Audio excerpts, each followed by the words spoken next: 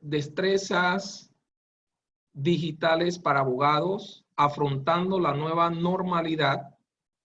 Hoy viernes 22 de mayo, siendo las 4 p.m., con nuestros distinguidos expositores, el licenciado José Vega Gallardo y el doctor José Vega Sacasa. Muchas gracias a todos por su atención y le pasamos entonces la palabra al presidente del Colegio Nacional de Abogados de la República de Panamá, el licenciado Juan Carlos Araúz. Gracias, Guillermo Donadío. Miren, en nombre del Colegio Nacional de Abogados, agradecer en primera persona a nuestros facilitadores, a José Vega Gallardo y a José Vega Sacasa, por la oportunidad de compartir conocimientos con los abogados. Vivimos tiempos en donde todos estamos atravesando un proceso de reinvención, y esa reinvención en el caso de los abogados y el uso de las tecnologías se evidencia cada día más, y aprovecho la oportunidad para hacer referencia al punto en donde todos los abogados debemos hacer esfuerzos para que esta experiencia del COVID-19 tenga una verdadera aporte, y es en el tema judicial, entendiendo que la justicia se vio paralizada y se ve todavía con fecha aproximada de reapertura. Sin embargo, el uso de la tecnología y la justicia queda demostrado que mucha de la tramitología y la práctica en realidad de los abogados sería más efectiva si los propios despachos tuviesen acceso a, por lo menos, la presentación telemática de distintos tipos de escritos. Desde que nuestro país habilitó la firma electrónica, a las posibilidades de que los tribunales también puedan hacer uso de esta herramienta y dar certeza a que la tramitación también pueda ocurrir por vía telemática, es un reto pendiente de nosotros como abogados. Y por eso la coyuntura de hablar hoy día sobre destrezas y tecnología para los abogados está también en la mirada que desde la abogacía institucional tenemos que poner en el contexto. Para esto se necesita presupuesto, y el gobierno nacional tiene que ser consciente que la justicia requiere presupuestos para poder hacer más eficiente la coexistencia de la necesidad de justicia y la existencia del COVID-19, que nos va a acompañar por lo pronto sin fecha de terminación. Y es así entonces que esta introducción y estas temáticas que se van a abordar tienen una incidencia real sobre la vida del abogado, y por eso volvemos a agradecer a los facilitadores, y queremos también entonces dejar consignado que el compromiso del Colegio Nacional de Abogados a través de su Comisión de Derecho y Nuevas Tecnologías comienza por estas conversaciones, por estos eventos en donde vamos a ir intercambiando conocimientos y experiencias que nos ayudan a facilitar nuestro ejercicio profesional. De esta manera les agradezco muchísimo y les dejo con el panel de lujo que tenemos para esta tarde. Muchísimas gracias.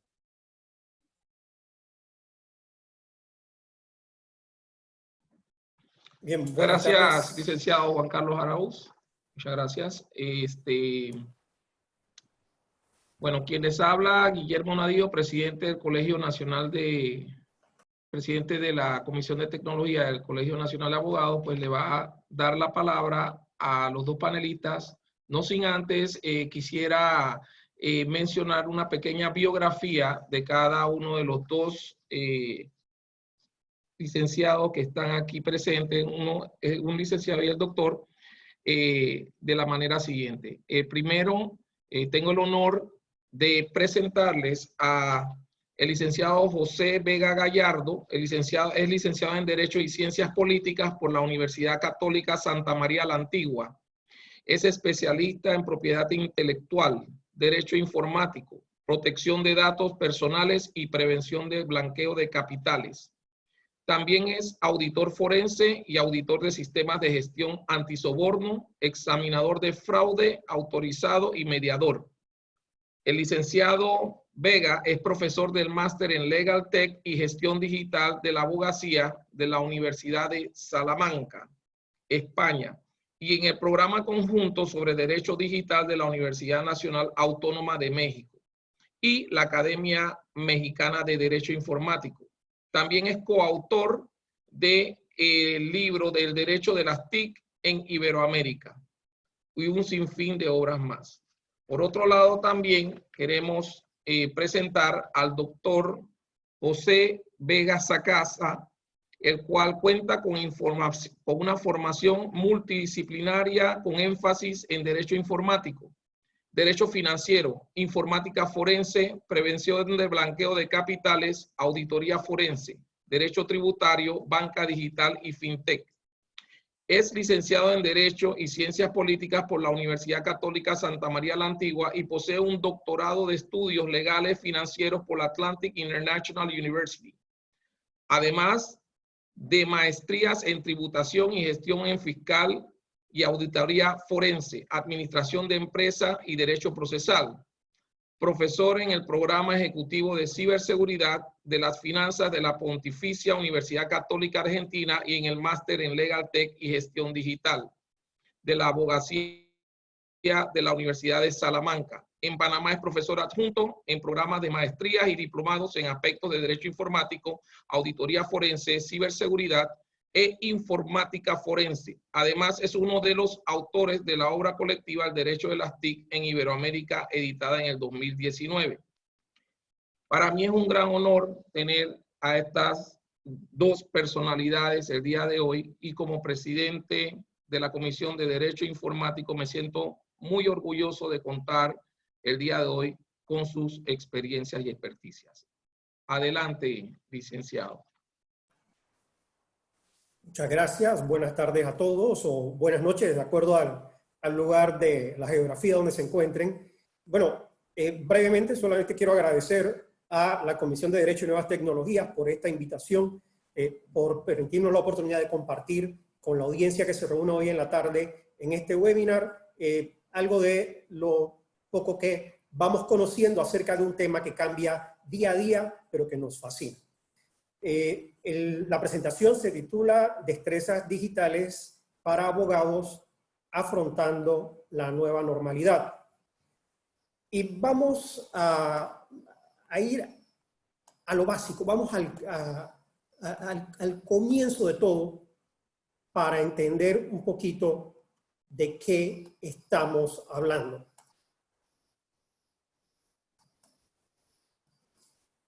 En pantalla tenemos a dos distinguidos abogados panameños, Eligio Crespo Villalaz, fallecido ya, y Carlos Bolívar Pedrechi. Para dar un marco de referencia en materia de tiempo, don Eligio se recibió en 1941. Fíjense ustedes que su certificado de idoneidad es el número 511. En octubre del año pasado, tengo entendido que ya la Corte había emitido más de 25.200 certificados de idoneidad. El de don Eligio era el 511 apenas. Por su parte, el doctor Carlos Bolívar Pedreski se recibió en 1958 y su certificado es el 913. Bueno, el doctor Eligio Crespo fue el primero de su promoción. El doctor Carlos Bolívar Pedreski también recibió distinción cum laude. Y ahora tenemos aquí a Juan José Crespo Pedreski. Juan José Crespo Pedreski es nieto de estos dos distinguidos abogados que vimos anteriormente, y no solo comparte con ellos este parentesco consanguíneo y la carrera que eligió, sino que también su trabajo de graduación recibió máxima calificación, tanto en su contenido escrito como en la presentación oral. Pero hay, entre ellos, a pesar de que tienen tantos factores comunes, hay una gran diferencia. Esta tesis, la autonomía de la voluntad del contrato de adhesión, que sustentó Juan José Crespo Pedreski, la sustentó hace 14 días, en medio del confinamiento por la pandemia de COVID.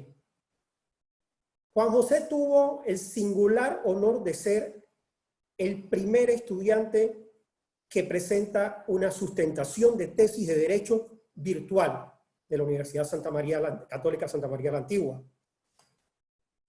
Esto es solamente para contextualizar, para que veamos cómo ahora desde el comienzo nos vemos abocados a enfrentar esta realidad que nos ha traído el COVID-19 en direcciones múltiples, tanto así que desde el primer momento en que el estudiante concluye su carrera, debe hacer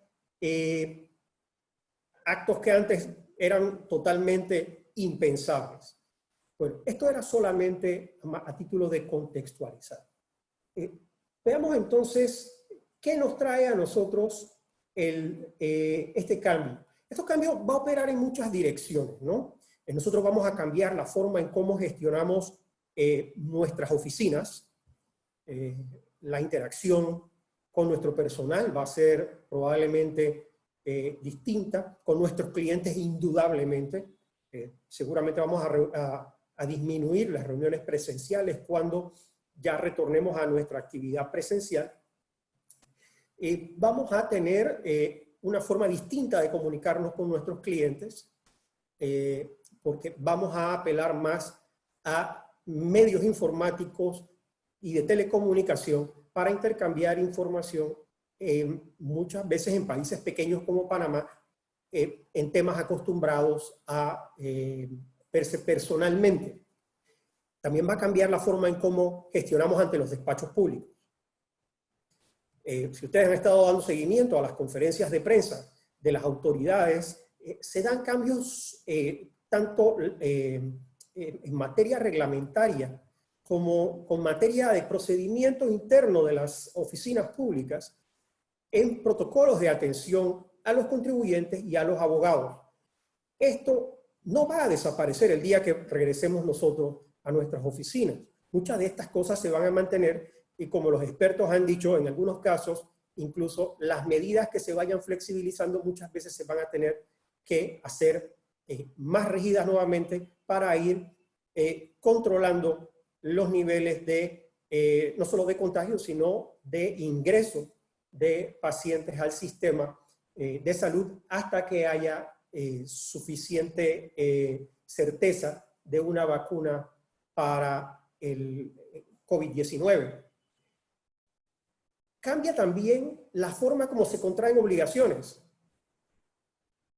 Hace poco leía yo que en España se dio una sentencia que reconoció que una persona había establecido una relación contractual con un corredor de bienes raíces porque el corredor de bienes raíces, al contestarle por WhatsApp a esta persona que estaba buscando una propiedad para alquiler, el corredor, sin estar haciendo un contrato en términos tradicionales, le dijo que él aceptaba proporcionarle el servicio. Cuando este corredor quiso dejar de hacerlo, esta persona reclamó alegando que ellos tenían una relación contractual y pudo probarlo.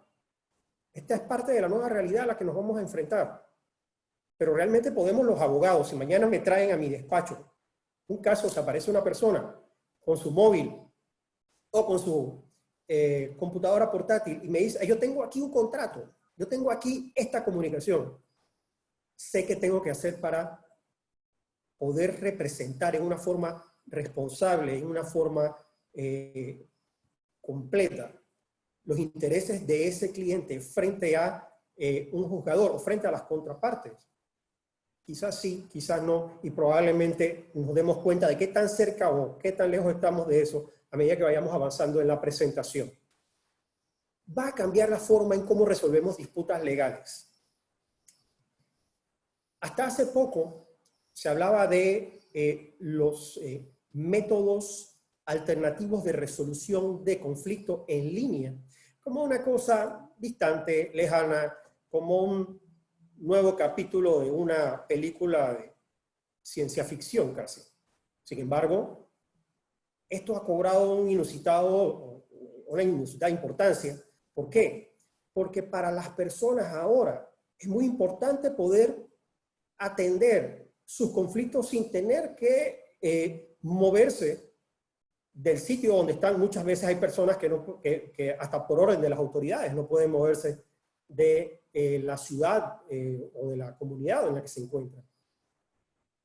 Y dentro de la perspectiva de derechos humanos sería terrible que esa persona no pueda ejercer sus derechos. Entonces, hay mecanismos privados ya desde hace algún tiempo que están desarrollándose para permitir a las partes que accedan a medios alternativos de resolución de disputa en línea, y también hay cuerpos judiciales en algunas jurisdicciones que ya están integrando las audiencias en línea a sus procesos para poder permitir que las partes sigan adelante, no mantengan conflictos que les impidan desempeñar sus actividades o ejercer sus derechos. Va a cambiar también la forma como entregamos el resultado de nuestra gestión. Muchas veces nosotros enviábamos un documento escrito, este documento estampado, sellado. Aquí en nuestra cultura jurídica que desciende del derecho romano, del derecho napoleónico, estamos muy acostumbrados a todas estas ritualidades que van acompañando los documentos físicos. Y esto va a cambiar. Esto va a cambiar porque ya existe desde hace mucho tiempo mecanismos informáticos que pueden dar certeza a documentos que son intangibles, pero que no por eso dejan de ser documentos. Es que todo esto va a traer una serie de cambios que son inesperados, pero eran previsibles. Lo único que sucedió es que se ha precipitado el cambio. Va a haber también un cambio en la demanda de servicios. Nosotros vamos a ver cómo el ciudadano empieza a descubrir formas de gestionar por sí mismo algunas cosas. Y para que nosotros podamos seguir teniendo despachos que sean económicamente viables, vamos a tener que poder hacer las cosas con tanta destreza y con tanta facilidad para el cliente, que el cliente siga teniendo una buena razón para entregarle la gestión de algunos trámites que ahora son disponibles en línea a su abogado. Esto está quizás mucho más allá de la proporción en la que los abogados nos imaginamos. Les voy a poner un ejemplo. En octubre de 2018 se lanzó la plataforma para la solicitud de récord policivo. Quizás el ejemplo no es el documento que más gestiona los abogados, pero para que ustedes tengan idea de qué tanta facilidad los ciudadanos adoptan estas nuevas modalidades. Se lanzó en octubre de 2018 la plataforma para la solicitud de récord policivo. En junio del año pasado, 7 meses después, la DIJ había recibido más de 45,000 solicitudes de récord policivo. ¿Esto qué significa? Significa que si usted como abogado no hace lo necesario para dominar todas estas herramientas en una forma que acompañe el servicio profesional, el nivel del servicio profesional que usted está supuesto a presentar, su cliente lo va a hacer directamente. Hasta apoyado por el hijo que tiene en edad escolar. Porque esos son los que más fácilmente operan los dispositivos informáticos. Así que familiarícese con las herramientas, familiarícese con los trámites también. Les voy a presentar aquí un momentito.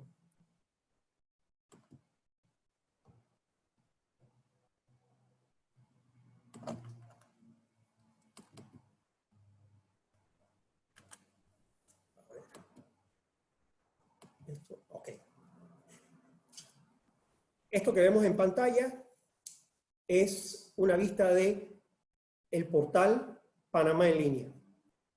En la actualidad hay más de 130 gestiones que se pueden hacer directamente en línea y que tradicionalmente eran hechas físicamente ante funcionarios y despachos públicos.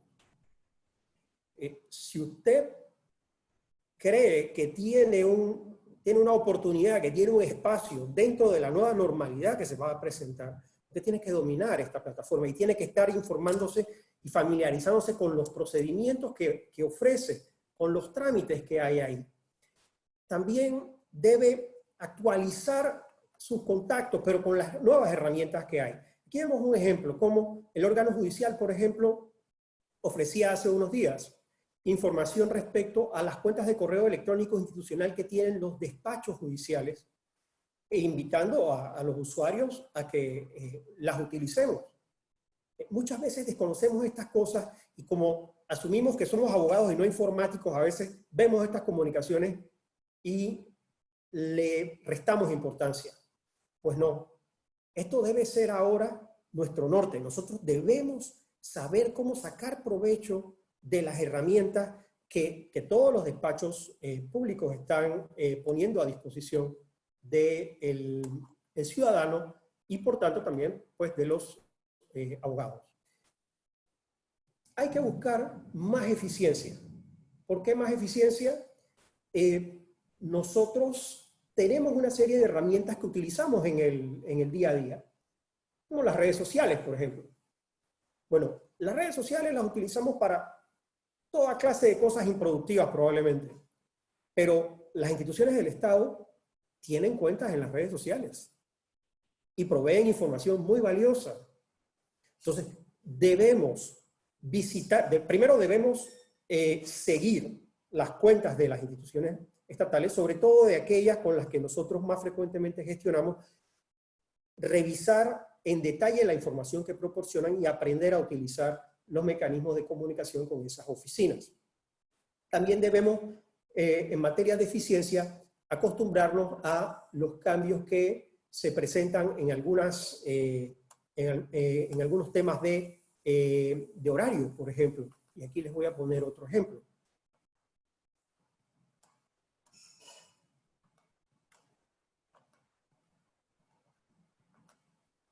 Ok, la Dirección General de Ingresos hace pocos días envió este aviso en sus cuentas de redes sociales. Y si ustedes se fijan, hay dos horarios distintos. Hay un horario para trámites presenciales, que es de 8 a 2, y uno que es para trámites en línea, que es de 8 a 4:30. Estas son 2 horas y media de diferencia que pueden ser muy valiosas, sobre todo para el abogado que ahora desea incrementar el número de trámites no presenciales que haga. Hay otros detalles también. Usted no invierte tiempo en los protocolos de acceso a las oficinas públicas, porque ahora hay que cumplir una serie de medidas de prevención para que todos estemos protegidos contra el contagio del coronavirus. Esto es un ahorro sustancial de tiempo, pero tenemos que mantenernos informados para poder hacer el mejor uso posible de estos beneficios. Ya en términos un poquito más estadísticos, las redes sociales y los sitios y los portales de información de las instituciones del Estado, asimismo como los mecanismos de telecomunicación con nuestros clientes, han crecido exponencialmente en la forma en cómo nos pueden dar ventajas en la comunicación y a veces nosotros no estamos poniendo atención a ellos. Tengan una idea, según GoGlobe, cada 60 segundos en el ciberespacio se suben más de 243.000 fotos a Facebook, más de 65.000 fotos a Instagram, 120 nuevas cuentas en LinkedIn, 29 millones de mensajes en WhatsApp, más de 500.000 apps son descargadas y más de 800.000 archivos son subidos a Dropbox en el mundo cada minuto que pasa. Ustedes prefieren estar en un tranque, en una calle, en el tráfico interminable de la ciudad de Panamá, o prefieren tomar esta superautopista de comunicación e información. Yo creo que eso no está sujeto a discusión. Lo que tenemos es que aprender cómo aprovecharlo de una forma verdaderamente útil. Para esto, primero, y asumiendo que aquí hay abogados que están tal vez en todos los niveles en materia de acceso a herramientas informáticas, veamos qué es lo primero quizás que debe hacer un abogado. Debe familiarizarse con el tema de nombres de dominios y sitios web. ¿Por qué? Ahora usted necesita tener su oficina en la red. para que lo vean sus clientes, usted necesita tener una presencia que sea suficientemente clara y que sea fácilmente accesible también. Debe aprender cómo asesorarse para que se haga un posicionamiento adecuado del mensaje que usted envía a través de su sitio web y las técnicas de selección de un nombre de dominio. Es familiarizarse con las herramientas de pago en línea. Yo he visto que en las últimas semanas los bancos locales están presentando excelentes noticias sobre todo para los pequeños y medianos empresarios que necesitaban con urgencia aquí agregar herramientas que hicieran fácil y ágil el pago en línea. Ahora hay una buena diversidad de ese tipo de herramientas y nosotros tenemos que aprender a utilizarlas porque no todo el mundo va a ir a su oficina a pagarle. No todo el mundo va a ir al banco a depositarle. Pero hay personas que podrían, aún sin tener banca en línea, hacerle un pago a través de alguna de las herramientas novedosas que hay ahora mismo en el mercado. También tenemos que aprender un poco de Legal Tech. Porque hay herramientas que están creadas, destinadas específicamente para la gestión de las oficinas de abogados. Estas herramientas son herramientas que tradicionalmente eran vistas como herramientas de mercadeo, porque manejaban más que todo era la base de datos del cliente y servía para mantener comunicaciones, a veces simplemente mensajes de tipo masivo o comunicaciones a través de bots, que son medios automatizados de respuesta a solicitudes de información y mensajes instantáneos. Esto ha ido evolucionando y se ha ido descubriendo que estas bases de datos son muy útiles para flexibilizar el trabajo de la firma, no solamente dentro de los linderos físicos de la firma, sino que permite, con nuevas herramientas que funcionan ahora con alojamiento en la nube, llevarse con uno a la oficina hacia el lugar en donde uno esté. Aquellas personas que, por ejemplo, tenían un CRM que estuviera basado, y debo hacer una aclaración aquí, un CRM viene de Customer Relationship Management, la administración de la relación con los clientes. Quien tuviera una herramienta de estas y ya estuviera suficientemente experto en el uso de ella cuando empezó el confinamiento, probablemente no le hizo mucha diferencia el irse a su casa. Es más, probablemente lo estuvo haciendo desde mucho antes. Podía elegir hacerlo. ¿Qué otras cosas debemos conocer? Debemos conocer las herramientas que interactúan con los CRMs. Hay herramientas que permiten hacer otros trabajos que no son solamente los de la administración y que tienen que ver con los procesos que se lleva, los que representa el despacho, que permiten agilizar la preparación de reportes para el cliente, que permiten agilizar los procesos de facturación. Hay un sinnúmero de aplicaciones. SRM, ¿qué debe hacer? Debe integrar el proceso administrativo y el de ejecución en la firma, articulándolos a través de los datos para darle al usuario, al abogado, información relevante sobre los asuntos del cliente. Le debe ayudar a ahorrar tiempo, a ahorrar recursos, a agilizar la emisión de las facturas. En estos meses que vienen, la necesidad de tener una facturación ágil es crítica. Va a tener que poder facilitar el rastreo de las transacciones. Y hay softwares, desde software gratuitos en CRM hasta software muy sofisticados y muy costosos también. El CRM va a ayudar en otros procesos, como dije anteriormente, en temas como la traducción de documentos, en información de cambios legislativos, en la búsqueda intuitiva de información, pero siempre, eso sí, articulado con herramientas que pueden interactuar con el CRM. El CRM por sí solo no está creado para eso. ¿Sí? La facturación electrónica es uno de esos servicios que generalmente el CRM no va a proveer, pero hay softwares de contabilidad o software de facturación electrónica que pueden interactuar fácilmente con la información, los datos que maneja el CRM. Aquí hay que tener en cuenta algo. Panamá ya había dado curso a la cuenta regresiva para que aquellos sujetos que no habíamos estado obligados al uso de la impresora fiscal, nos integráramos a la facturación electrónica. Esto se detuvo solamente por el COVID, pero va a reanudarse en algún momento. Así que esta es una excelente oportunidad para ir buscando información, familiarizarse con los softwares que hay de facturación electrónica y ver cuáles pueden ser los que pueden operar en asocio con el software del CRM. Familiarícese con nuevas tecnologías.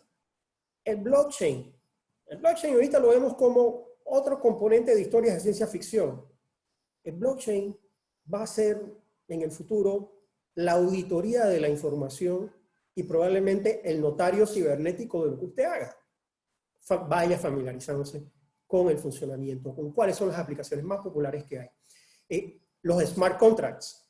Si usted cree que usted toda la vida va a andar con un pedazo de papel en la mano que lleva impreso el contrato que tiene su cliente, eso en algún momento va a dejar de ser así.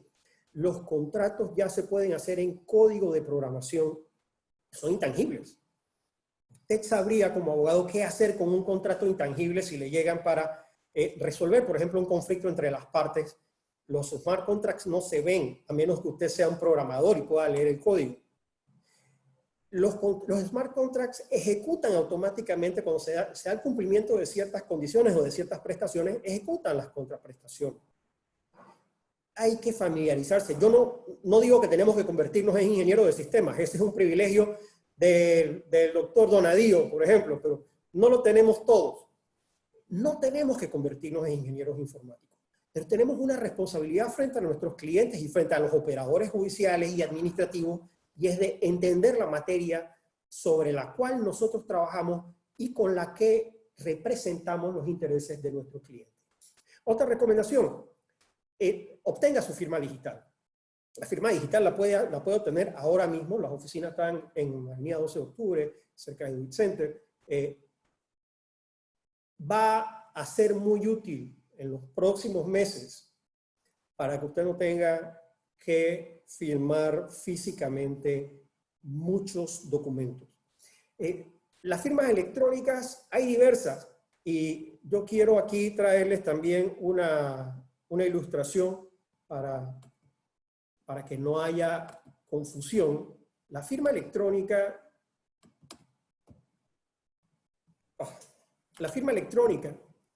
se le llama, por lo menos en Panamá, globalmente, a 3 tipos distintos de firma. La firma electrónica propiamente tal, que es una que simplemente tiene un conjunto de datos que permiten identificar a un firmante con bajo nivel. Eso puede ser el password que usted utiliza para entrar a su cuenta del registro público o del correo electrónico.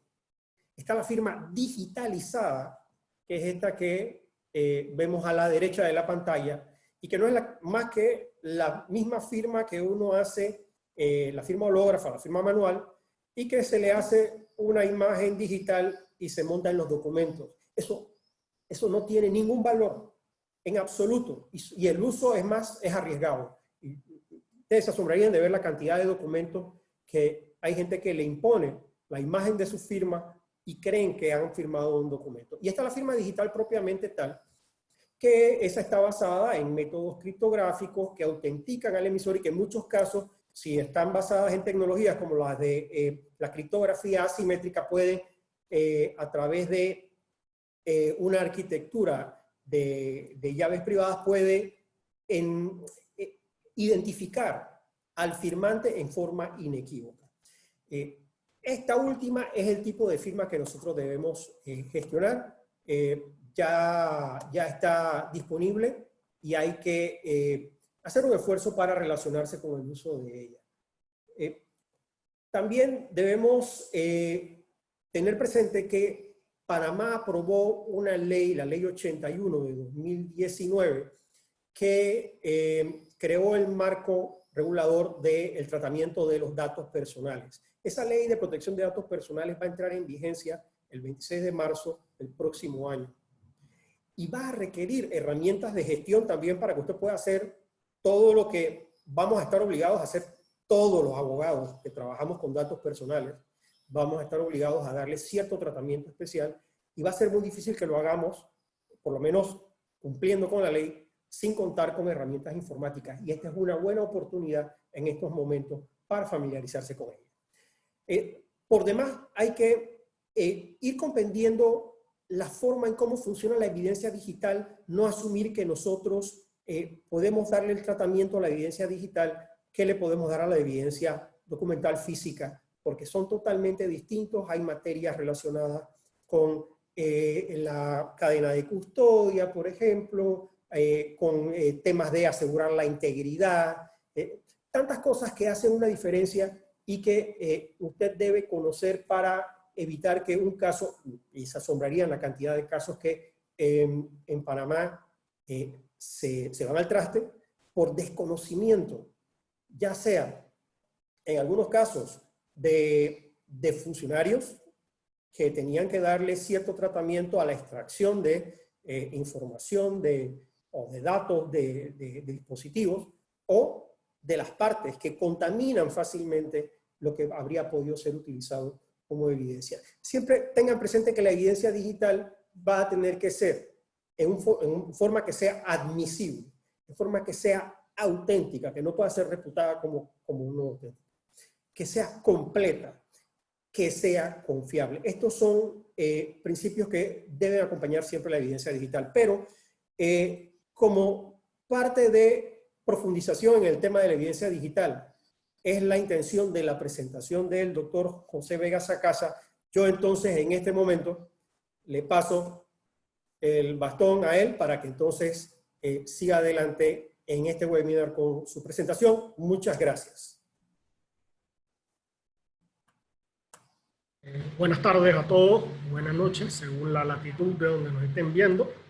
En efecto, el licenciado Vega Gallardo habló de la nueva disrupción en materia legal, tecnológica legal, la nueva simbiosis que vamos a tener que convivir los abogados.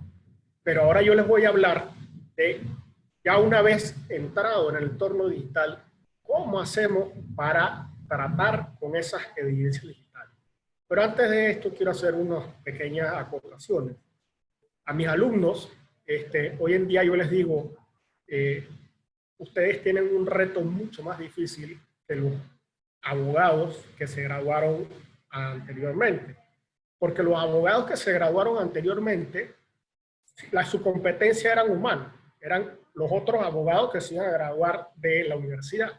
Sin embargo, con esta implementación de tecnologías disruptivas como computación cognitiva, inteligencia artificial, Big Data, Deep Learning, Machine Learning, ya no solo vas a competir contra el abogado que está en una universidad. O sea, de los 25.000 que hay, ya no solo vas a competir con eso, sino que también vas a tener que competir con algoritmos y con máquinas que emulan las redes neuronales del cerebro humano, que ya están en práctica. Pueden ver IBM en Watson de IBM, Prometea en Argentina, lo utiliza el Ministerio Público de Argentina. Entonces, no es que la tecnología nos va a reemplazar, sino que va a ayudar a que nuestra gestión se haga más eficiente y más rápido, porque el principal activo que tenemos nosotros los abogados es nuestro tiempo.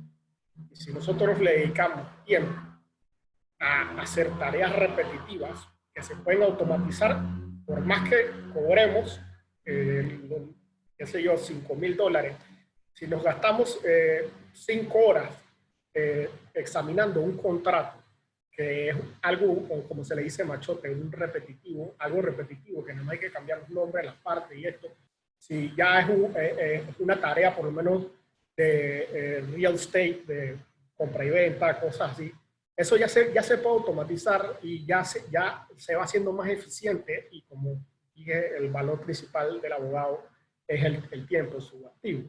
Pero bueno, entonces en vista de que de ahora en adelante las cosas van a cambiar y todo está migrando al entorno digital, el abogado debe tener muy claro cómo manejar la evidencia digital. Porque muchos abogados creen que una evidencia digital es llevar tu dispositivo celular o tu computadora o acceder desde la computadora al notario a tu cuenta de correo y que el notario simplemente a través del ojo humano certifique lo que está viendo en la computadora, en la pantalla, haga screenshot, lo imprima y le ponga su sello. Eso no tiene ninguna validez ni se asemeja a la realidad de lo que es el concepto de evidencia digital. La evidencia digital está compuesta por bits. Bits es la unidad de almacenamiento más pequeña de un dispositivo informático. Son ceros y unos. Entonces, tenemos que partir de ahí. Que la palabra digital viene de dígitos y esos dígitos son correspondientes al lenguaje binario de las computadoras. Entonces vamos a ver la tabla de conversión de bits para que puedan tener una idea. Ok, ya la voy a compartir. Un momento.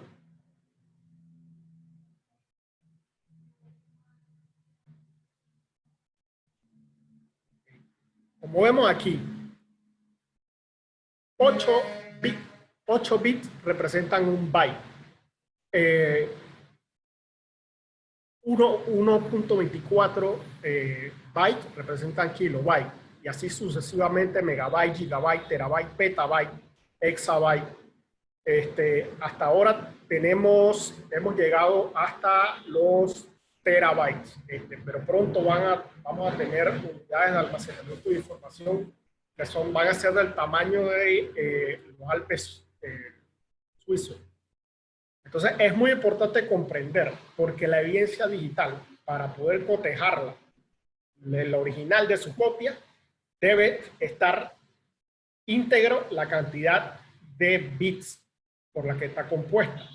Entonces, mi ponencia se centra en la resolución. Este año salió esta resolución. Resolución número 1 del 5 de febrero del 2012. ¿Y qué regula esta resolución? Regula las garantías, el artículo 46 de la ley 51, que establece las garantías mínimas que debe contener el sistema de almacenamiento tecnológico para la documentación almacenada tenga valor legal. Miren lo importante de esto. O sea, nosotros ya teníamos la ley 21, la ley 51 del 2008, que nos hablaba de los documentos electrónicos. Es una ley que habla de comercio electrónico, de firma electrónica, de prestadores de servicios. Es una ley chorizo, pero también regula la evidencia digital.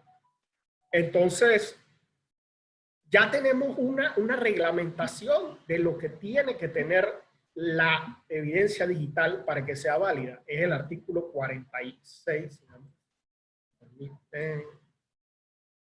Vamos a buscar.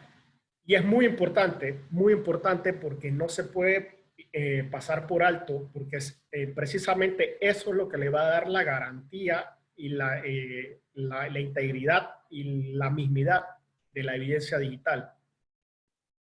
Un momento, vámonos al 46.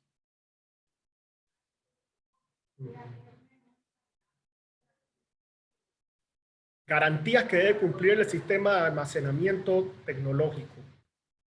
Y te dice que los documentos queden almacenados en forma nítida, íntegra y con absoluta fidelidad, la conservación original por el tiempo que señale la ley y su reglamento, que pueda determinarse con precisión la fecha y la hora en que los documentos fueron almacenados. La recuperación tiene que tener un respaldo que cumpla con los reglamentos técnicos establecidos por la Dirección General de Comercio Electrónico. Mira lo que dice. La omisión de cualquiera de estos requisitos, así como la alteración o adulteración que afecte la integridad del soporte o documento electrónico en la que está la información ha sido almacenada, hará perder la validez legal que ésta le otorga a los documentos almacenados. Entonces, la resolución 01 de la Dirección General de Comercio Electrónico viene a regular precisamente esto. Entonces vamos a la resolución para ver qué nos dice. Entró en vigencia este año. O sea que ya tenemos las reglas claras del juego de las garantías de integridad que debe poseer la evidencia digital. Bueno, como lo dice el presente reglamento, es de carácter técnico y tiene, por ejemplo, precisar las condiciones técnicas mínimas con las que deberán cumplir los sistemas utilizados para el desarrollo de la actividad de almacenamiento tecnológico a fin de obtener la validez legal amparada en la Ley 51, modificada. Ok, lo primero que te dice son las definiciones, son un poco técnicas, pero vamos a tratar de hacer pruebas para que puedan comprender esto. Entonces, ok, como dije anteriormente, si vamos a introducir una prueba que fue emitida o constituida dentro de un dispositivo telemático, informático o electrónico, esa prueba no puede ser introducida como prueba documental. Es decir, que tú no puedes agarrar las conversaciones de WhatsApp y llevarlas a imprimir y que el notario te las certifique, porque realmente el notario puede estar siendo producto de un engaño, y además que esa no es la forma.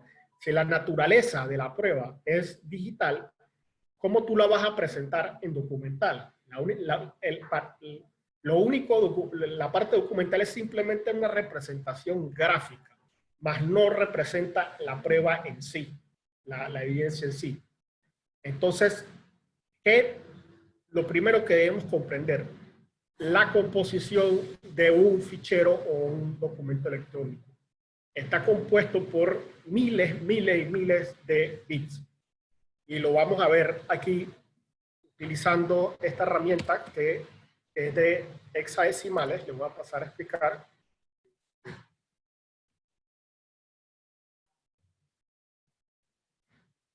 ¿Se ve la pantalla? ¿Se ve la pantalla? Vamos a abrir cualquier archivo. Vamos a ver, delito financiero, ficha. Ok.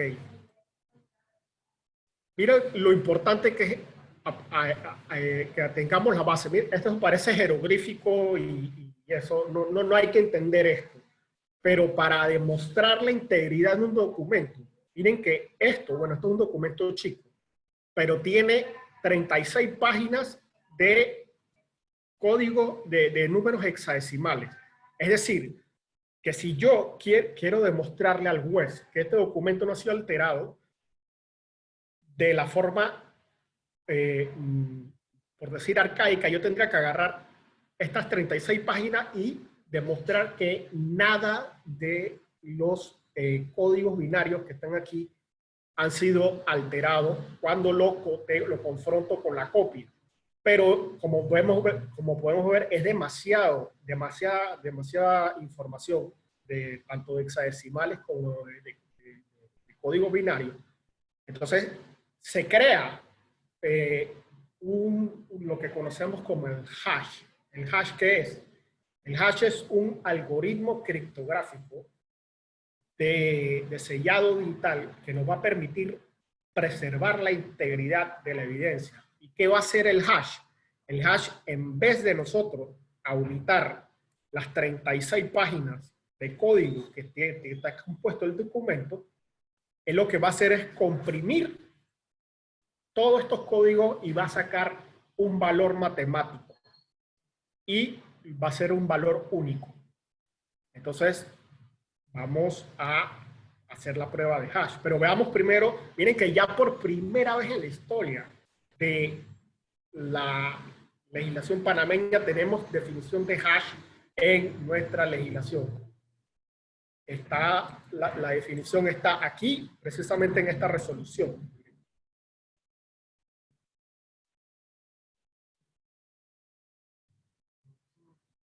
Definiciones. Acá, compendio criptográfico conocido como función hash. Información breve generada por un algoritmo matemático a partir de un documento electrónico que sirve para verificar la integridad del objeto. Ok, como abogados no tenemos que comprender esto. O sea, como les dije, es un algoritmo matemático porque va a ser un compendio de la sumatoria de los códigos porque está compuesto el documento.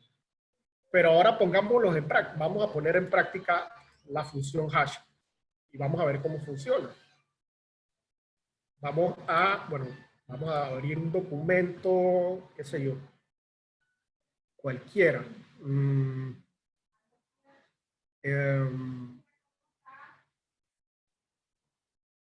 Vamos a abrir este documento. Vamos a decir que este documento que estoy abriendo ahorita mismo en Word es, bueno, esto es una tarea de un estudiante de una maestría que estamos dando en la Universidad de Salamanca. El caso se llama, el documento se llama Caso Práctico de Tema 19.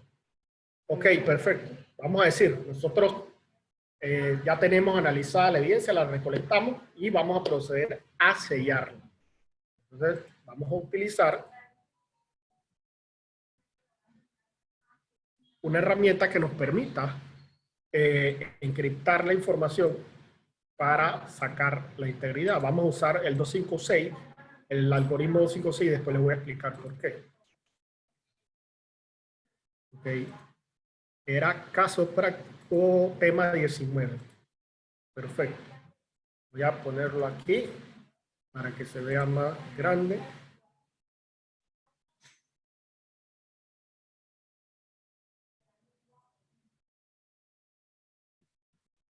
Ok, pueden notar en la pantalla que se ve un código alfanumérico que dice SHA-256 y aparece un código alfanumérico de 64 dígitos. Este código es el hash, es el sello digital. Es lo que va a demostrar que el documento no ha sido alterado. Es como el chasis del carro, el número de cédula de una persona. Porque ¿qué pasa? ¿Qué pasa si yo agarro ese mismo documento? No lo altero el fondo. Agarro ese documento y yo no sé manipular la evidencia digital. Mire lo que va a pasar. Vamos a abrir el mismo archivo. Y simplemente voy a agregar la tecla Space. El archivo, si lo llevamos al notario, va a seguir teniendo el mismo cuerpo, el mismo contenido de fondo. Para el notario eso es lo mismo, pero criptográficamente no. Van a ver por qué.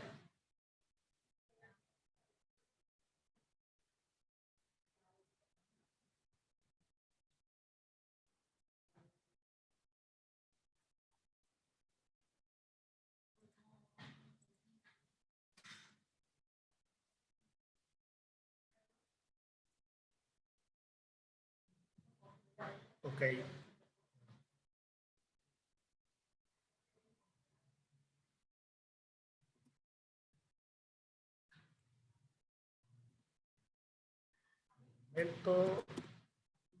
Aquí está. Pueden notar qué pasó aquí. Pueden notar que cambió todo el código alfanumérico. ¿Por qué? Porque se alteró un solo bit. Es decir, que si no existiera la función hash, nosotros tuviéramos que demostrar al juez, tendrían que hacer una auditoría hexadecimal, que precisamente es esta herramienta, para ver cuál de los bits de estos códigos binarios fue modificado. Pero con la función hash, que es al algoritmo matemático criptográfico, lo usa automáticamente.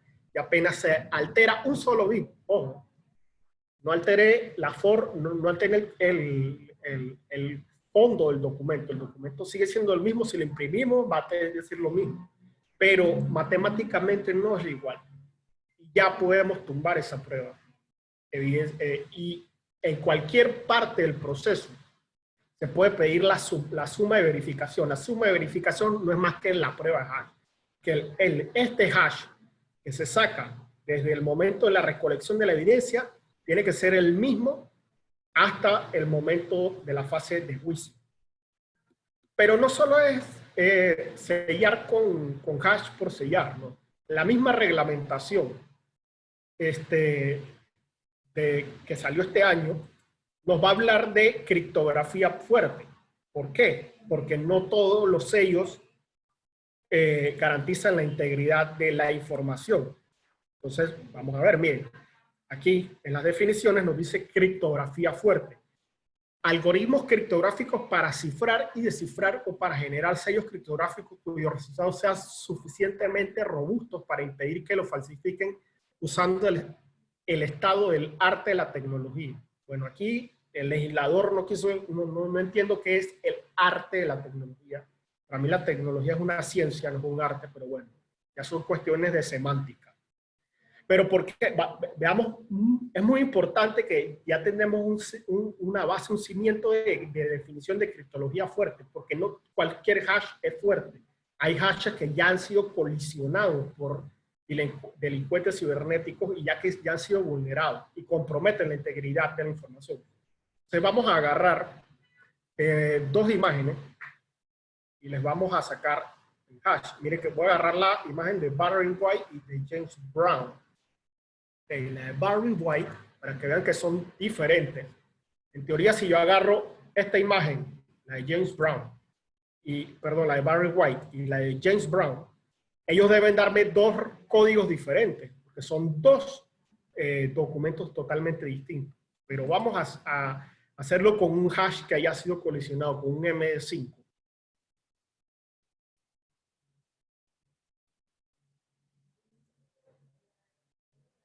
Ok, vamos a cambiar el algoritmo por SHA-256, por MD5.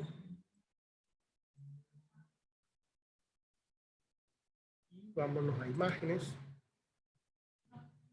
Vamos primero a sacar la de Barry White.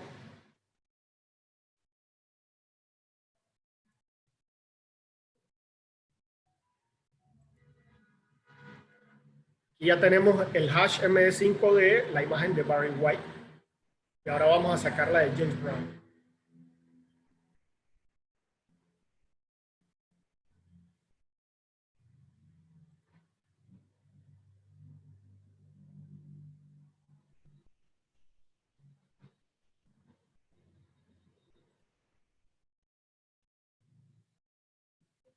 Ok, como podrán notar, ¿qué pasó? Tienen los mismos números de hash.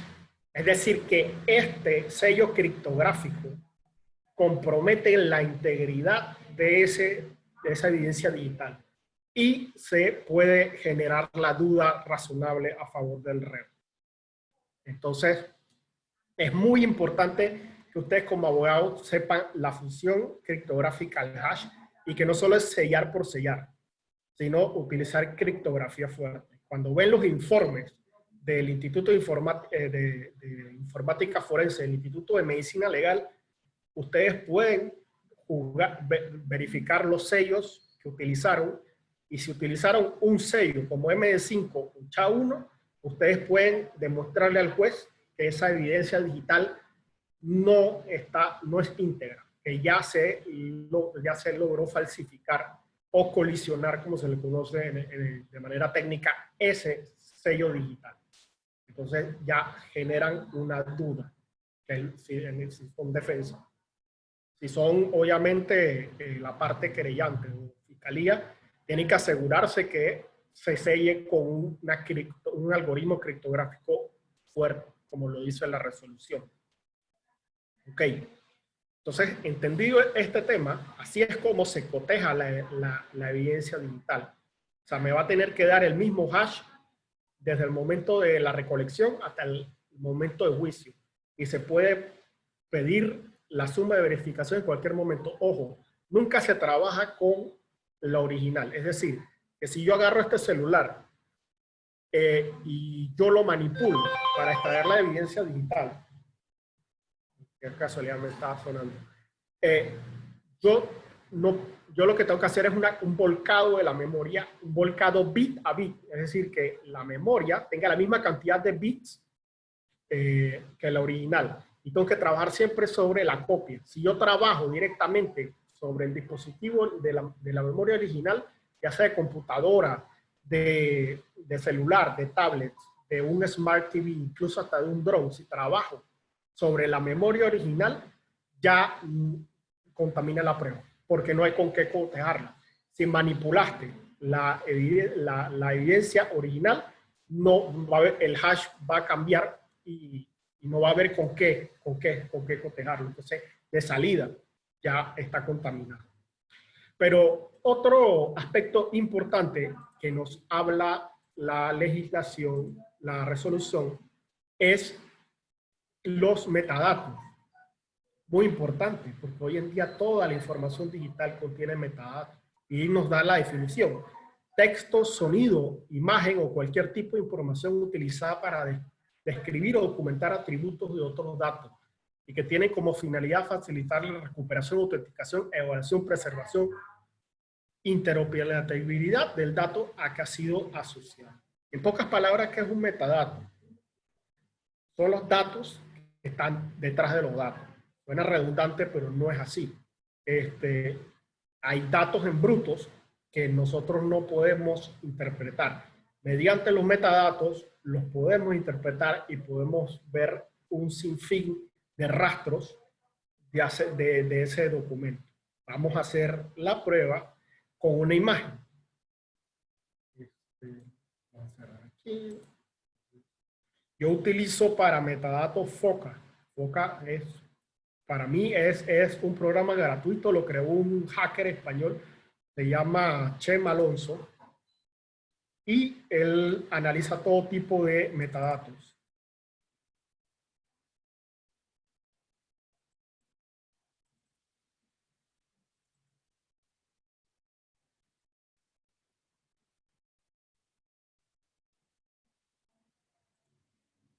Aquí está lo ideando Foca. Van a ver, muy interesante toda la información que podemos sacar de un archivo. Y que al momento de presentarla en juicio la tienen que aportar, porque ya los metadatos es una de las garantías mínimas para el valor legal de la evidencia digital.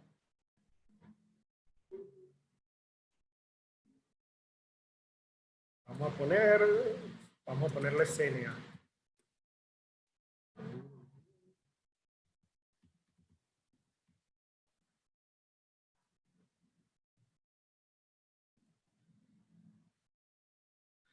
Vamos a decir que nosotros vamos a analizar los metadatos de una fotografía. La fotografía ni se nos ocurra agarrar e imprimir una fotografía y presentarla así, no. Eso no es así porque esa fotografía tiene mucha información detrás, es decir, detrás de los datos. Voy a agarrar una fotografía mía y vamos a proceder a analizarla.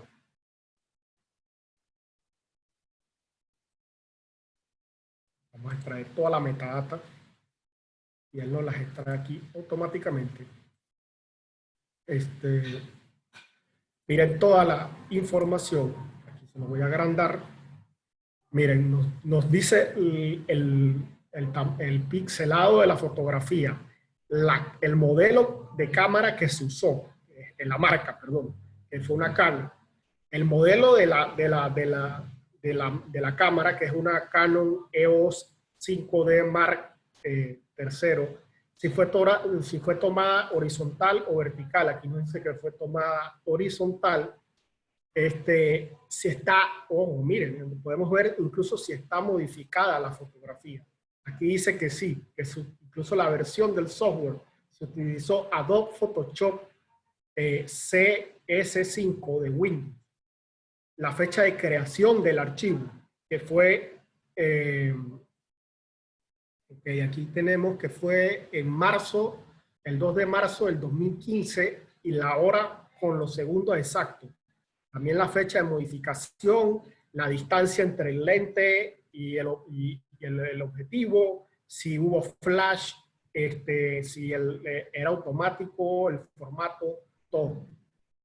Entonces, cuando vamos a aportar fotos, cuando vamos a hacer una extracción del volcado del celular y se utilizan las fotos como evidencia, ustedes tienen que cerciorarse de que se haya extraído la metadata de esa foto para poder vincular un hecho. Esta información es analizada y se vincula al autor de la fotografía. Pero también podemos ver los metadatos de un documento, no solamente de una foto, sino desde que ustedes entran a su sistema a una computadora, a su sistema operativo, hay una bitácora que registra a qué hora accesaron, a qué hora se suspendió, a qué hora invernó, a qué hora se creó un nuevo documento, ustedes tienen un nombre de usuario en la sesión, todo eso queda registrado en el sistema. Siempre va a haber rastros, es casi imposible que se cometa un crimen informático perfecto, porque en lo digital hay todo queda registrado, todo siempre están en los logs. Entonces vamos a analizar un archivo que no es fotografía para ver qué información podemos extraer. Ok, veamos. A ver, documentos, las descargas. A ver, casos para...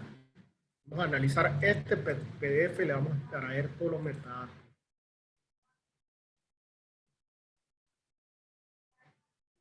Ok, miren, aquí nos dice la ruta donde está. Se utilizó Microsoft Office. Esto fue creado el 11 de mayo del 2020 a las 6:19 con 57 segundos. El sistema operativo fue Windows y el username fue Sofía Solís. Esto es sumamente importante. Este nombre de username es su nombre de usuario. Ustedes entran en su sesión de login cuando entran al sistema.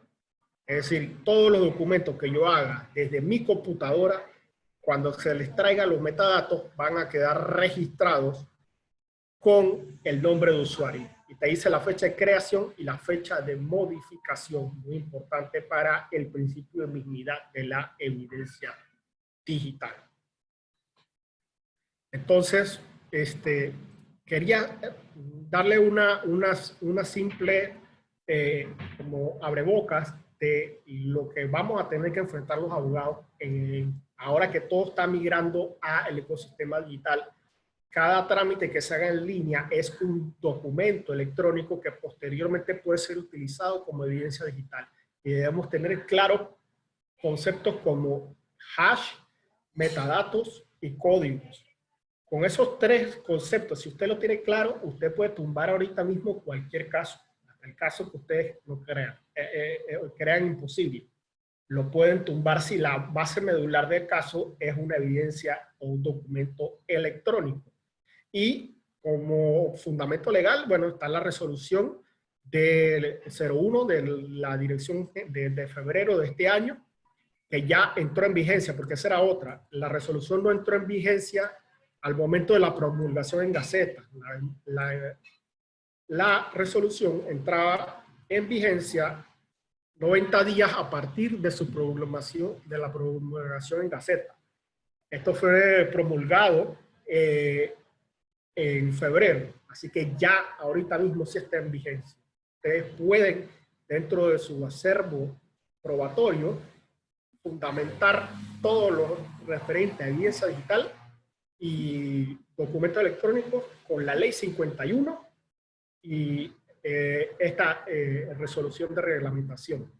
Y sirve para evidencia digital en el ámbito penal, civil, laboral, administrativo, tributario, etc. Tributario más que todo, porque la DGI ha pasado casi todos sus trámites en línea.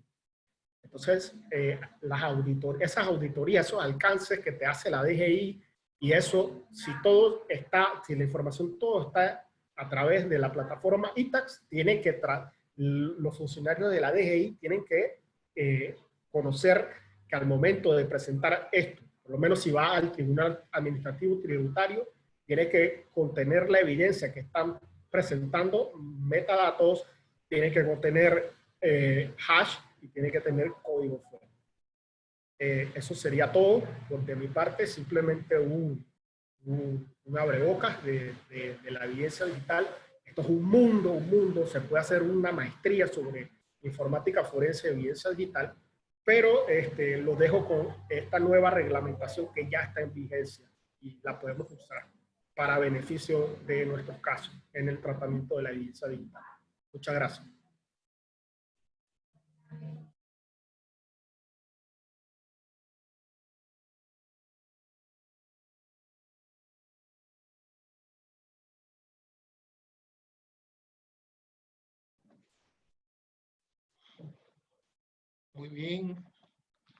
muy bien, excelente, excelente exposición. La verdad que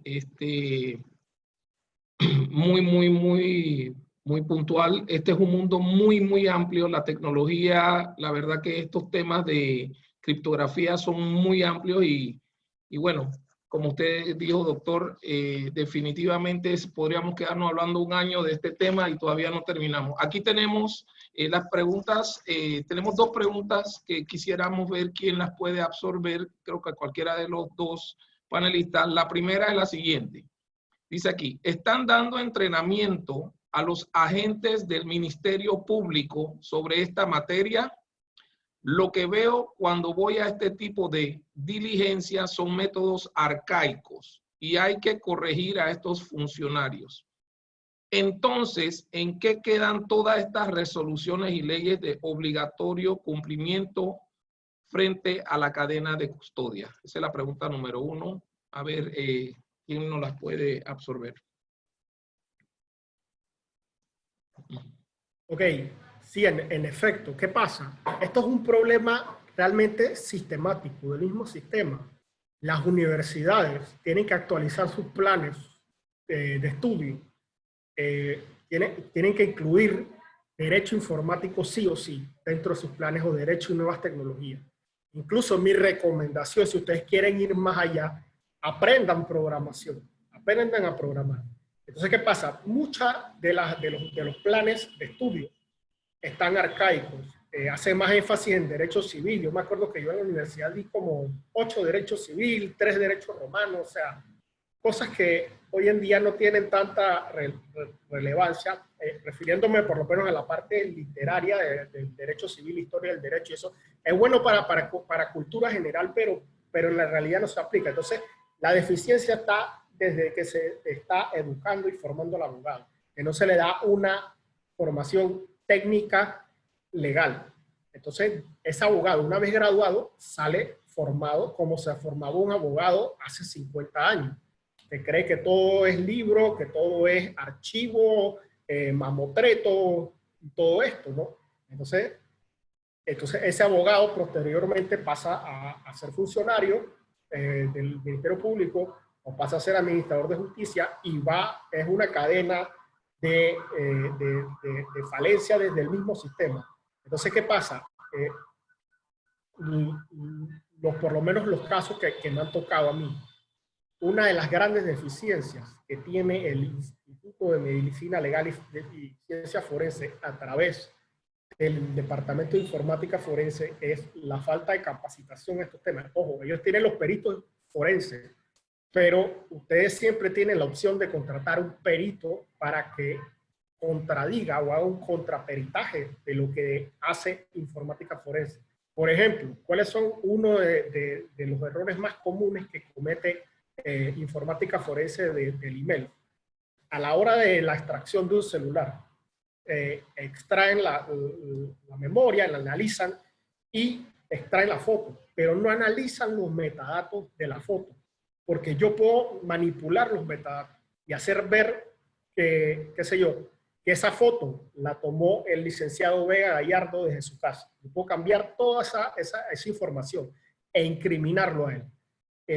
Otra falencia que cometen los peritos de informática forense es que dejan morir la información de la memoria RAM, porque el protocolo de ello es apagar el dispositivo. Y si tú apagas el dispositivo, la memoria volátil, todos los procesos que están en ejecución y las conexiones que están en ese momento se pierden. Así que solo pueden trabajar con lo que está en el disco duro, en el ROM. No sé si el licenciado Vega Gallardo quiere agregar algo. Tienes que activar el micrófono. Gracias.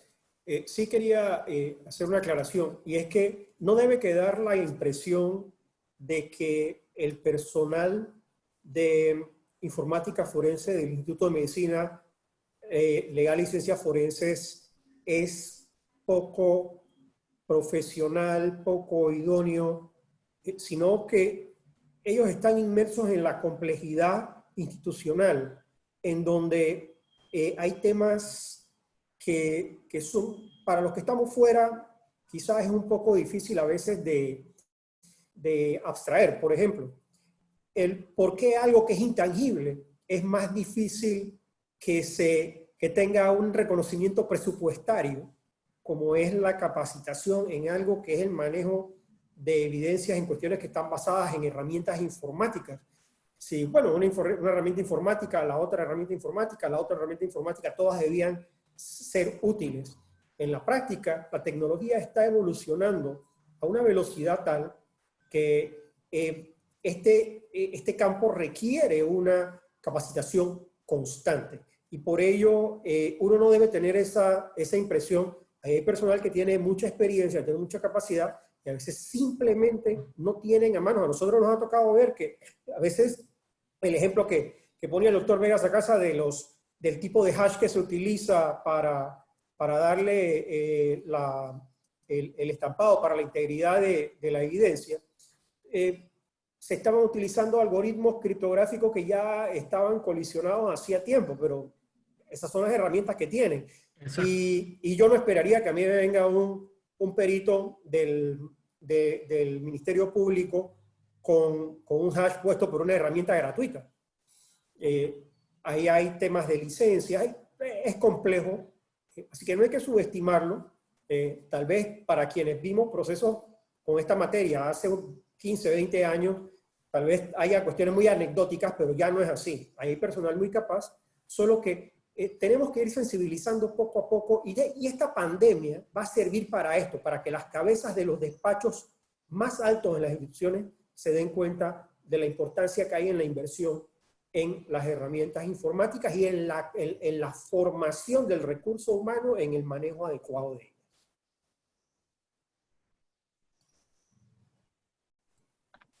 Muy bien, excelente.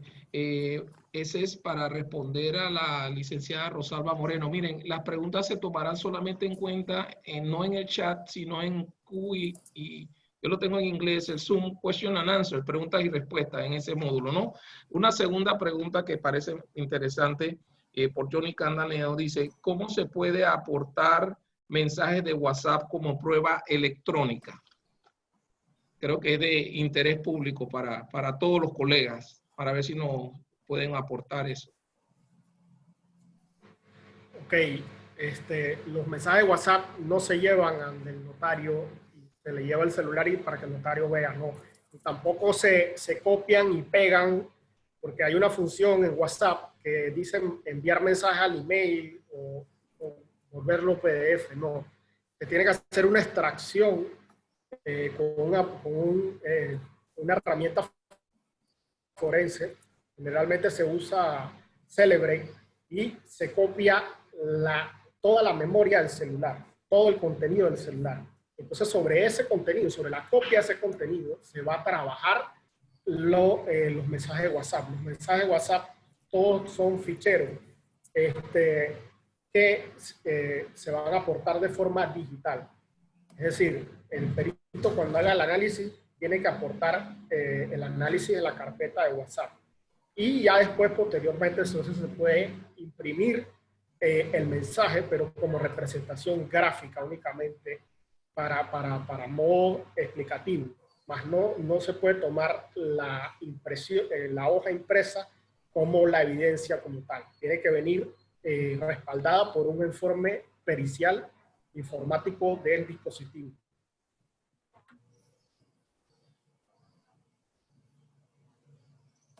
Muy bien, muchas gracias. Solamente para aportar, por ahí vi, los panelistas hablan mucho del RSA, y para que los colegas tengan en cuenta que RSA viene de tres nombres, Ron Rives, Adi Shamir y Adelman, del Massachusetts Institute of Technology.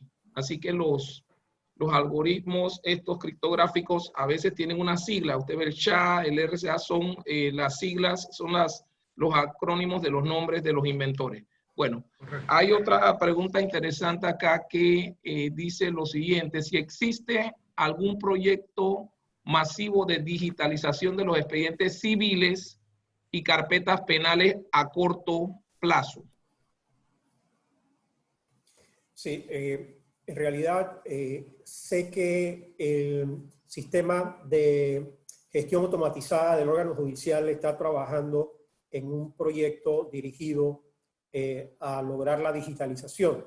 Sin embargo, aquí se sobreponen diferentes esquemas normativos, si se quiere, porque hay que cuidar el debido manejo de esa información dentro de una plataforma que llene estándares de ciberseguridad y de acceso ágil al usuario. Pero por otro lado, el marco de protección de datos personales al que yo hacía referencia hace un momento en mi presentación, protege la identidad y otros datos personales de las personas que, por ejemplo, son acusadas de un delito hasta que no hayan sido condenadas.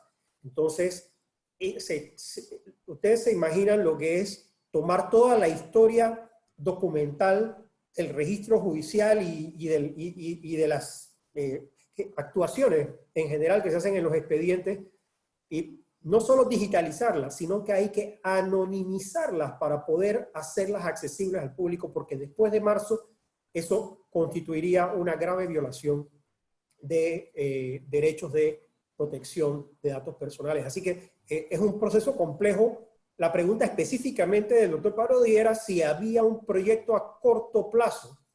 Yo diría que puede ser que en ejecución sea a corto plazo, pero que ese proyecto se termine a corto plazo es muy difícil por razones perfectamente comprensibles.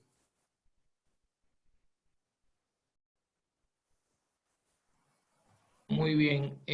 Aquí hay otra, bueno, esa pregunta contesta pues la consulta del doctor William Parodi. Bueno, aquí hay otra pregunta interesante también. Dice aquí, igual de William Parodi, dice, la presentación de solicitudes a través de emails a fiscales y jueces podría ser válido actualmente. La repito, la presentación de solicitudes a través de emails a fiscales y jueces podría ser válida actualmente.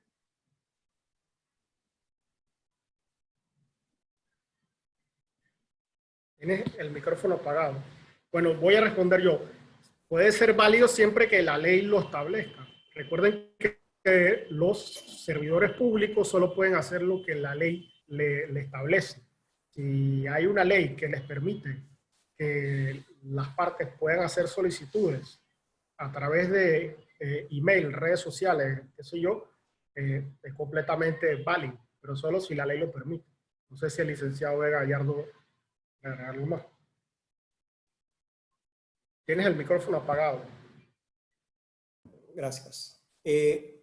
La legislación panameña ha previsto que en forma excepcional, si está en grave peligro de vulnerarse un derecho de un ciudadano por el no ejercicio de una acción o de una gestión de su abogado, puede hacer la entrega de la misma por medios que no son medios presenciales. Esto está establecido desde antes y aunque yo no podría decir que puedo listar de memoria casos en los que ha sucedido, sé que sí se ha girado solicitudes y se ha enviado incluso material documental a través de correos electrónicos a despachos judiciales cuando ha habido un peligro inminente de que quede en desatención el ejercicio del derecho de un ciudadano.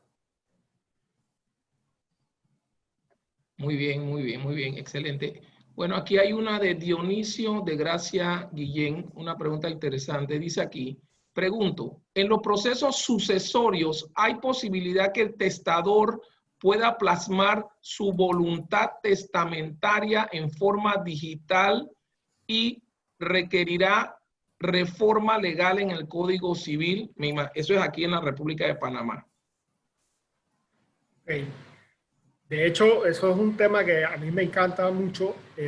Hoy en día los contratos inteligentes, los smart contracts, en un futuro van a reemplazar los fideicomisos, las fundaciones, porque el smart contract es como lo dijo el licenciado Vega Gallardo, es un contrato que está en lenguaje de programación y que se va a ejecutar automáticamente, es decir, no va a necesitar la resolución de un tercero para poder resolverse. Entonces, yo sí creo que en un futuro se puede hacer un smart contract sucesorio, es decir, un testamento, y se vaya ejecutando, como el papel, el dinero también va a desaparecer y también el papel físico, todo va a ser desmaterializado. Entonces el smart contract lo que va a estar es indexado a las billeteras electrónicas o cuentas de banco, de banca digital, a los títulos, cuando esté más desarrollado, a los títulos reales del registro público para el tema de los bienes inmuebles, y todo esto se va a ejecutar de forma automática. No se va a necesitar ir a un juicio sucesorio ni nada de eso. Quisiera agregar que en el presente incluso podría darse, no por vía de derecho de sucesión, pero sí por otras figuras legales que tienen efectos similares. Por ejemplo, la ley bancaria le da la facultad a cuentaviente de designar beneficiarios que puedan ser los destinatarios de los fondos de una cuenta después de su fallecimiento sin necesidad de que medie un testamento para eso. Pues así como la banca le permite a usted a través de banca digital ir a un cajero automático o desde su computadora acceder a la banca en línea y hacer transacciones, pues perfectamente posible es que en algún momento se genere un mecanismo cuando haya, eso sí, cuando sea de uso generalizado la firma electrónica o mecanismos de autenticación de la identidad digital en línea en Panamá, pueda ir el cuentaviente y dejar esa cuenta o el producto de esa cuenta en beneficio de alguien o de varias personas, de acuerdo a la legislación que ya existe hoy, y solo que lo haría por un mecanismo digital. También hay un caso, este caso se dio en la Unión Europea, específicamente en Alemania. Esta chica de 16 años fallece arrollada por un tren.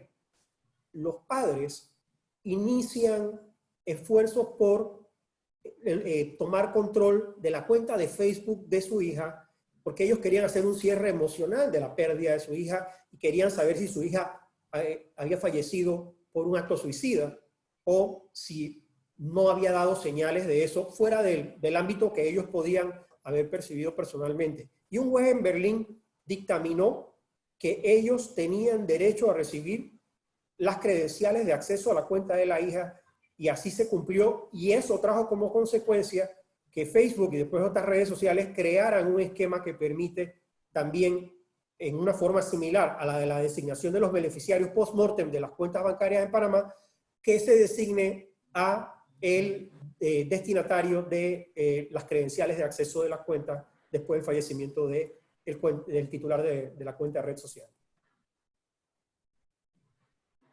Bueno, excelente. Bueno, ya vamos a concluir en respeto del tiempo del webinar. La verdad que les agradecemos mucho la participación a los panelistas. Quien suscribe, Guillermo Donadío, presidente de la Comisión de Derecho Informático. Nos encontramos muy complacidos con la alta participación. Hubieron más de 100 participantes. Queremos hacer extensiva de que vamos a tratar, hemos tratado de cumplir con todas las preguntas, pero se explotó las preguntas, ahora hay un montón, no vamos a poder asumirlas, son preguntas técnicas y deben entender, colegas, que es un poquito difícil. Sin embargo, ahí queda un correo electrónico en el webinar, pueden mandarlas ahí. Yo creo que vamos a tener que hacer, es posible, a futuro, la segunda parte definitiva. Una segunda parte porque de verdad hablar temas técnicos, mire, mi experiencia, yo tengo muchos años de dar clases, yo soy profesor de sistemas computarizados en una universidad, en varias universidades en derecho, derecho informático, y la verdad que una hora es muy corto hablar de estos temas. Una clase de 2 horas se pasa el tiempo muy rápido, es dificilísimo, y de verdad, los panelistas han sido muy puntuales y son temas técnicos profundos. Yo les recomiendo que se metan a internet, que busquen estas informaciones, que vean los videos que existen en internet enriquecedores y profundicen con este tema. La verdad que tenemos que ponernos en pilas aquí en Panamá. Y yo entiendo que algunos colegas se sienten frustrados porque ven, por lo menos la colega que habla de temas, se ven las cosas arcaicas. Tenemos archivadores de los años 60 todavía en algunos despachos. Entonces, digo, se están haciendo las cosas y miren, ya las leyes nos alcanzaron. Estamos viviendo un momento difícil del COVID. Sin embargo, un momento que nos hace despertar a mucho comercio electrónico. Hay que ponerse en las pilas, colegas, la verdad, como dice el doctor, a los estudiantes no están compitiendo ya con estudiantes, sino con algoritmos. Ustedes tienen que de verdad, es responsabilidad de los colegas, de los abogados, ponerse en las pilas en estos temas. Y la verdad que le agradezco mundo y somos muy respetuosos del tiempo y ya son exactamente las 5:30 en punto. 1 hora de seminario, 30 minutos y vamos a considerar entonces una parte 2 para más adelante. Muchas gracias a ustedes y la verdad, mis saludos, mi respeto y un aplauso y un agradecimiento de parte del Colegio Nacional de Abogados de la República de Panamá. Cualquier pregunta adicional, como les dije, o alguna consulta o algo, la hacen llegar al correo del webinar, dovesa@cwpanama.net. Está en la invitación y yo se las hago llegar o se las hacemos llegar a los panelistas. Muchas gracias, que tengan muy buenas tardes y saludos a todos.